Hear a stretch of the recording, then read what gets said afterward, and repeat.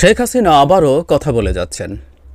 উনি কথা বলে যাবেন এটা বোঝা যায়, এবং সেই প্রবণতা, সেই তার কথা বলার ফ্রিকোয়েন্সি বাড়ছে, এবং আমরা ধারণা করতে পারি সামনের দিকে এটা আরও বাড়বে, এবং হতেও পারে তার চেহারা মধ্যে হতাশা, তার পরাজিত যে অ্যাটিটিউড, সেটা যদি সরে গিয়ে থাকে, তিনি হয়তো ভিডিওতেও সামনে আসবেন। এটা আমাদের জন্য নিশ্চিতভাবেই, আমাদের এই সরকারের জন্য একটা বড় চ্যালেঞ্জ, এই নারীর মুখ বন্ধ করা।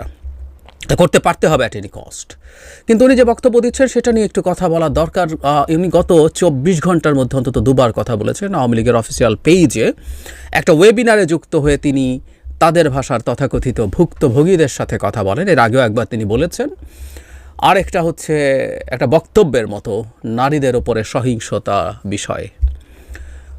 বিশেষ করে যেই ওয়েবিনারটার কথা বলছিলাম, যেখানে বিভিন্ন লোকজনের সাথে তিনি কথা বলেছেন, সেটার শুরুতে তিনি একটা বক্তব্য দিয়েছেন। তাতে এটা মনে হবার যথেষ্ট কারণ আছে যে শেখ হাসিনা ভয় পেয়েছেন। হ্যাঁ, কি ভয় পেয়েছেন সেটা নিয়ে কথা বলবো। তার আগে আরও কয়েকটা ইস্যু নিয়ে একটু কথা বলা দরকার, যেটা আমার কাছে খুবই গুরুত্বপূর্ণ বলে মনে হয়েছে। উনি প্রায় একটা কথা বলেন যে এটা চক্রান্ত, মানে ডক্টর ইউনূস চক্রান্ত করে তাকে ক্ষমতাচ্যুত করেছেন। এই ক্ষেত্রে ডক্টর ইউনূসের একটা বক্তব্য তিনি ব্যবহার করেন, মেটিকুলাসলি ডিজাইনড বা প্ল্যান্ড একটা মুভমেন্ট। উনি বলছেন তার মাস্টার মাইন্ডদেরকে দিয়ে তিনি মেটিকুলাসলি প্ল্যান করে এই মুভমেন্ট ঘটিয়েছেন, ষড়যন্ত্র করেছেন, চক্রান্ত করেছেন। আমি পাল্টা ওভাবে ভাবার চিন্তা করছি, আচ্ছা শেখ হাসিনাকে যদি কেউ চক্রান্ত করে, তাত্ত্বিকভাবে ধরে নিচ্ছি তর্কের খাতিরে, চক্রান্ত করে ষড়যন্ত্র করে তাকে ক্ষমতাচ্যুত করতো, আমাদের কি খারাপ লাগতো? আমার একটা স্মৃতি মনে পড়লো, টকশো করি তখন আওয়ামী লীগের লোকজনের সাথে, এখনও করি, কিন্তু তখন আওয়ামী লীগের লোকজন সাথে থাকতো। এই 2022-23 সালের দিকে যখন আওয়ামী লীগের ওপরে আমেরিকা প্রচুর চাপ প্রয়োগ করছে, তখন আওয়ামী লীগের এক নেতা বলছিলেন যে আওয়ামী লীগের বিরুদ্ধে ষড়যন্ত্র হচ্ছে। শেখ হাসিনা ষড়যন্ত্র কথাটা খুব বলতেন। প্রত্যেকটা স্বৈরাচার এই ধরনের আলাপ দেয়, বিশেষ করে যারা কিছু কিছু ক্ষেত্রে, আমি বহুবার বলেছি আওয়ামী লীগ আসলে একটা মাফিয়া রেজিম, কিন্তু সে কতগুলো ফ্যাসিস্টের টুল ব্যবহার করতো। তার মধ্যে একটা শত্রুর প্রতিমূর্তি তৈরি করা, ষড়যন্ত্র হচ্ছে, তার বিরুদ্ধে তাকে দাঁড়াতে হবে, সেটা বলার চেষ্টা করতো। তখন আমি একদিন অন রেকর্ড টকশোতে তাকে বলেছিলাম, আপনারা ষড়যন্ত্র করে ক্ষমতায় আছেন, আপনাদেরকে যদি ষড়যন্ত্র করেও ক্ষমতা থেকে সরানো যায়, কেউ সরায়, আমি তার সাথে আছি।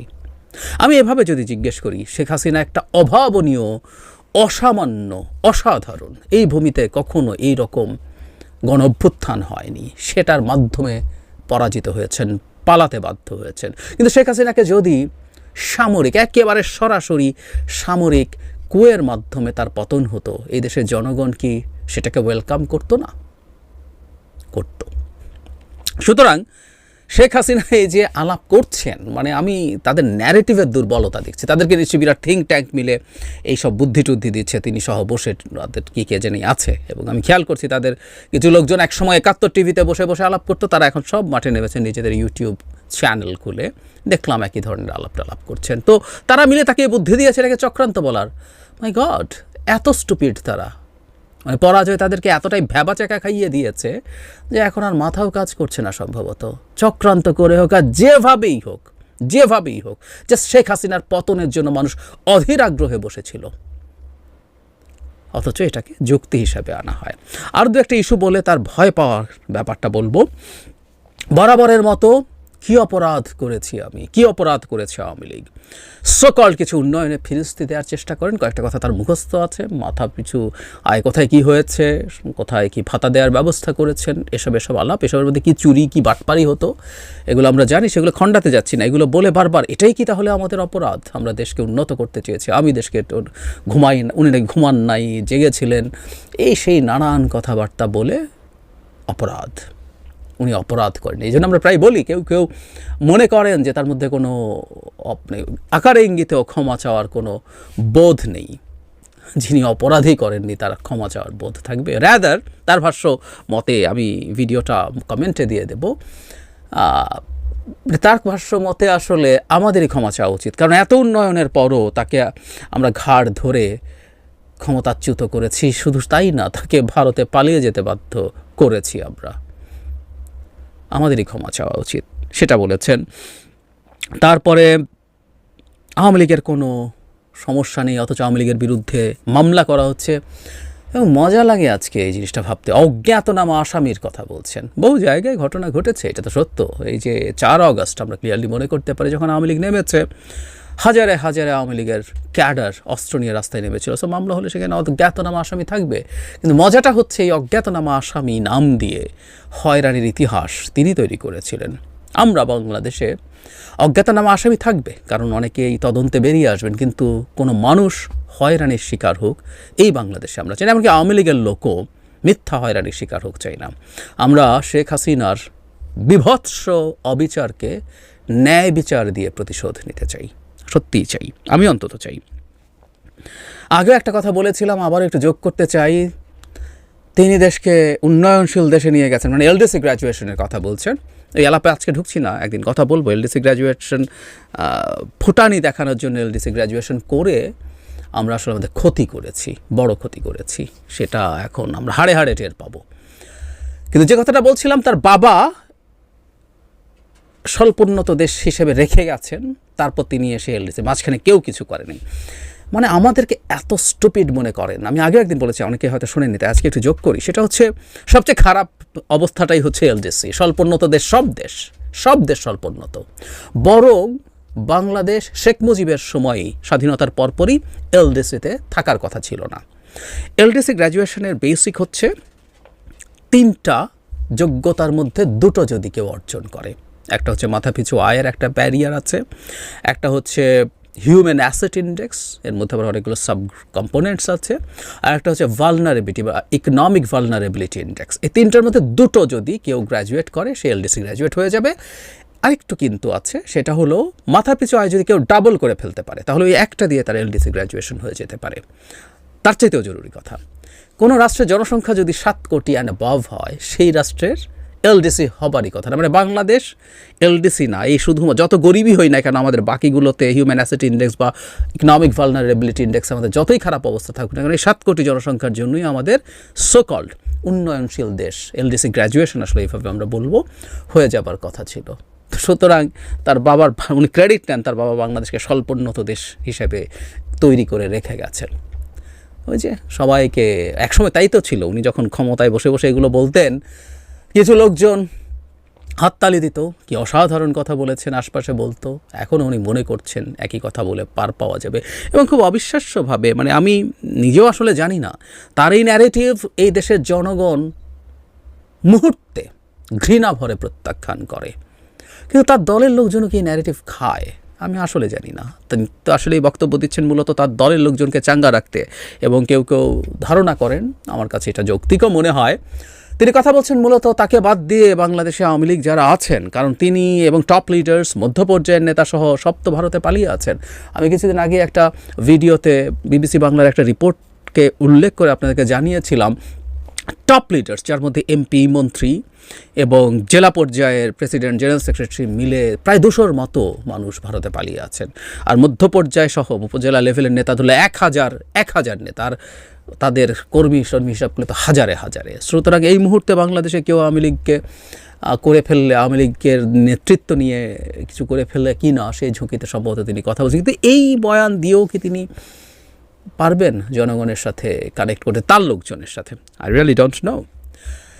এবার যে কথাটা বলছিলাম, আসলে যেটা হয়েছে এটা ফ্যাক্ট, যে দীর্ঘদিন পুলিশ দিয়ে পিটিয়ে, গুম করে, হত্যা করে, নির্যাতন করে, মামলা দিয়ে, প্রশাসনকে দিয়ে দুর্নীতি করিয়ে, ব্যবসায়ীদেরকে দিয়ে দখল রেখে ভারতের এবং ভারতের সরকারের সহায়তা নিয়ে ক্ষমতায় থাকতে গিয়ে জনগণের সাথে কীভাবে কমিউনিকেট করতে হয়, জনগণকে কীভাবে ম্যানেজ করতে হয়, কনভিন্স করতে হয়, এই স্কিলগুলোই তাদের শেষ হয়ে গেছে।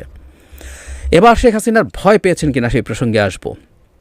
আমার মনে হয়েছে এটার কারণ আমি বিশ্বাস করি জাতিসংঘের যে report, and she tried to address, কারণ এটাও আবারও বলছি, ভয়টা তিনি প্রকাশ করেছেন, করে ফেলেন, কিন্তু এই আশ্বস্ত করার চেষ্টা এক ধরনের, সেটা করেছেন মূলত তার কর্মীদেরকে আশ্বস্ত করার জন্য। একটা জায়গায় তিনি বলছেন যে 14 তারিখ পর্যন্ত কোনো সমস্যা হয়নি, ইচ্ছে মতো মুভমেন্ট গেছে, পুলিশ কোনো অ্যাকশন নেয়নি। পরে যখন পুলিশকে মারতে থাকলো তখন পুলিশ তার স্টেপ নেওয়া শুরু করেছে। তিনি একটা জায়গায় বলছেন, আমি তাকে কোট করছি, পুলিশকে মারবে, পুলিশকে পা বেঁধে ঝুলিয়ে দেবে ফ্লাইওভারের ওপরে, আর পুলিশ দাঁড়িয়ে দাঁড়িয়ে দেখবে। পুলিশের কাজের নিয়মই আছে কখন কি করতে হবে, এটা একেবারে নিয়মের মধ্যে আছে, এখানে কারো হুকুমের প্রয়োজন হয় না। এই হচ্ছে মূল জায়গাটা। হুকুমের প্রয়োজন হয় না। শেখ হাসিনা হুকুমে, পরিকল্পনায়, কোঅর্ডিনেশনে, সুপারভিশনে এই হত্যাকাণ্ড হয়েছে, এই বর্বরতা হয়েছে, এই মানবতা বিরোধী অপরাধ হয়েছে। এটা জাতিসংঘের মানবাধিকার হাই কমিশনের যে রিপোর্ট, সেই রিপোর্টে ক্লিয়ারলি বলা আছে। আমি ধারণা করি এটাই শেখ হাসিনাকে ভীত করে তুলছে।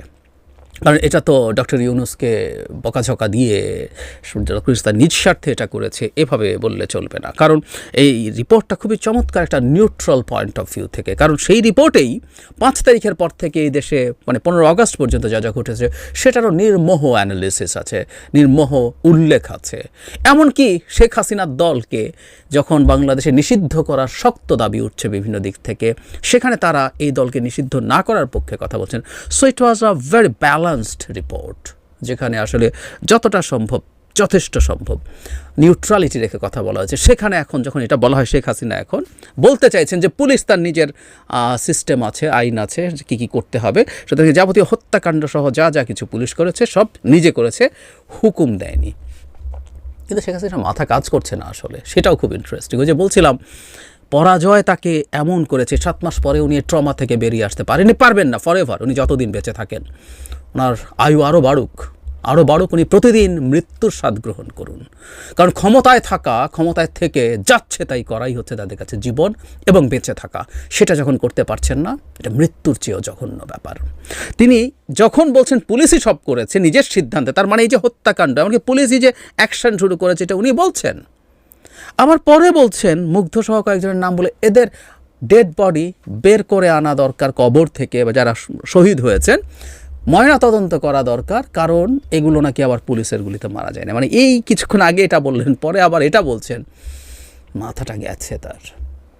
ওই যে বললাম, এতটাই খারাপ অবস্থা। সো তার ইন্টারপ্রিটেশন একই পুরনো, একই কথা বারবার ক্রমাগত বলাটাও যে বোরিং শোনায় সেটা তিনি জানেন না। এবং এভাবে অন্তত তার দলের লোকের সাথে কমিউনিকেট করা যাবে বলে মনে করি না। তাদের স্কিল ডেভেলপ করতে হবে নতুন করে। এতদিন যা বলেছেন আর যা বলে হাততালি পাওয়া গেছে, এটা ডিফারেন্ট সিচুয়েশন। তার পাশে দাঁড়িয়েও যে লোকটা হাততালি দিত, সেও কোনো না কোনো প্রয়োজনে এমপি হবে, মন্ত্রী হবে, ব্যবসা পাবে, সাংবাদিক হলে একটা প্লট পাবে, বিদেশে যাওয়ার সঙ্গী হবে, কোনো একটা পদে বসবে, এসব কারণে এসব করেছিল। একই ন্যারেটিভ নিয়ে তারা মাঠে আছেন। যাই হোক, এটা খুব ক্লিয়ার, সেটা হচ্ছে তিনি ভয় পেয়েছেন। আমাদের এই ব্যাপারটা, বিশেষ করে জাতিসংঘের, এটা নিয়ে আমাদের হাতে অস্ত্র যেটা উঠলো সেটা হচ্ছে জাতিসংঘের এই রিপোর্টটা আমাদের নিজ উদ্যোগে যত বেশি দেশে, আমাদের দেশে থাকা যে মানে বিভিন্ন দেশের দূতাবাস আছে, সেখানে তো এইগুলো নিয়ে বিস্তারিত কথা, এবং বাংলাদেশ সরকারের পক্ষ থেকে বা বাংলাদেশের পক্ষ থেকে ইন্টারন্যাশনাল মিডিয়াতে, ইন্টারন্যাশনাল বিভিন্ন ফোরামে এই রিপোর্টটাকে খুবই গুরুত্ব দিয়ে তুলে ধরা দরকার। এটা যত তুলে ধরা হবে, শেখ হাসিনার উপরে সেই চাপটা তত বেশি আসতে থাকবে। এবং আমি বারবার বলেছি, শেখ হাসিনার বক্তব্যে আসলে আমাদের লাভ হয়, কিন্তু শেখ হাসিনার বক্তব্য বন্ধ করতে পারা নিয়ে ভারতের মাধ্যমে একটা মেসেজ শেখ হাসিনা পর্যন্ত পৌঁছা দরকার। এটা এখন একটা লড়াইয়ের মতো হয়ে গেছে। এটাতে আমাদের জেতা উচিত। এটার জন্য আমাদের যত পদক্ষেপ নেওয়া দরকার, তত পদক্ষেপ নিতে চেষ্টা করা দরকার। এটা আসলে ওই জায়গায় চলে গেছে। কারণ তার দলেরও যেসব বর্বররা আছেন, আমি গত 2 দিন আগে একটা ভিডিওতে বলেছিলাম যে শেখ হাসিনার সেই অডিও, এটা আমরা জানতাম উনি কী করেছেন, কিন্তু অডিও শোনার পরও, তার বর্বরতার সার্টিফিকেট দেখার পরও যারা শেখ হাসিনাকে সমর্থন করেন, তারা তার মতোই বর্বর, একেবারে অসভ্য বর্বর তারা। আমি শব্দগুলো হয়তো হার্শ শোনায়, আমাকে অনেকে লিখেছেন আমি এই ধরনের ভাষা কেন ব্যবহার করছি। আমি আসলে কোদালকে কোদাল বলা দরকার। তিনি তাই। সো তাদের কাছেও এই মেসেজটা যেতে হবে যে তাদের প্রভু ভারত শেখ হাসিনার পেছনে দাঁড়ানো থেকে সরছে। এই চাপ আমাদের চালিয়ে যেতে হবে। আমরা সফল হবো কিনা জানি না, ভারতও এটা তার ইগোর জায়গা থেকে ধরবে, কাজ করবে, কিন্তু আমাদের এই প্রচেষ্টা চালিয়ে যেতে হবে। আমি আশা করি সরকার সেই চেষ্টা করবেন, এবং আমি মনে করি শেখ হাসিনাকে আরও ভয় পাইয়ে দেওয়া যাবে, এবং এই ভয় ক্রমাগত পাওয়ানো গেলে ভারতকেও দ্বিধান্বিত করা সম্ভব হবে।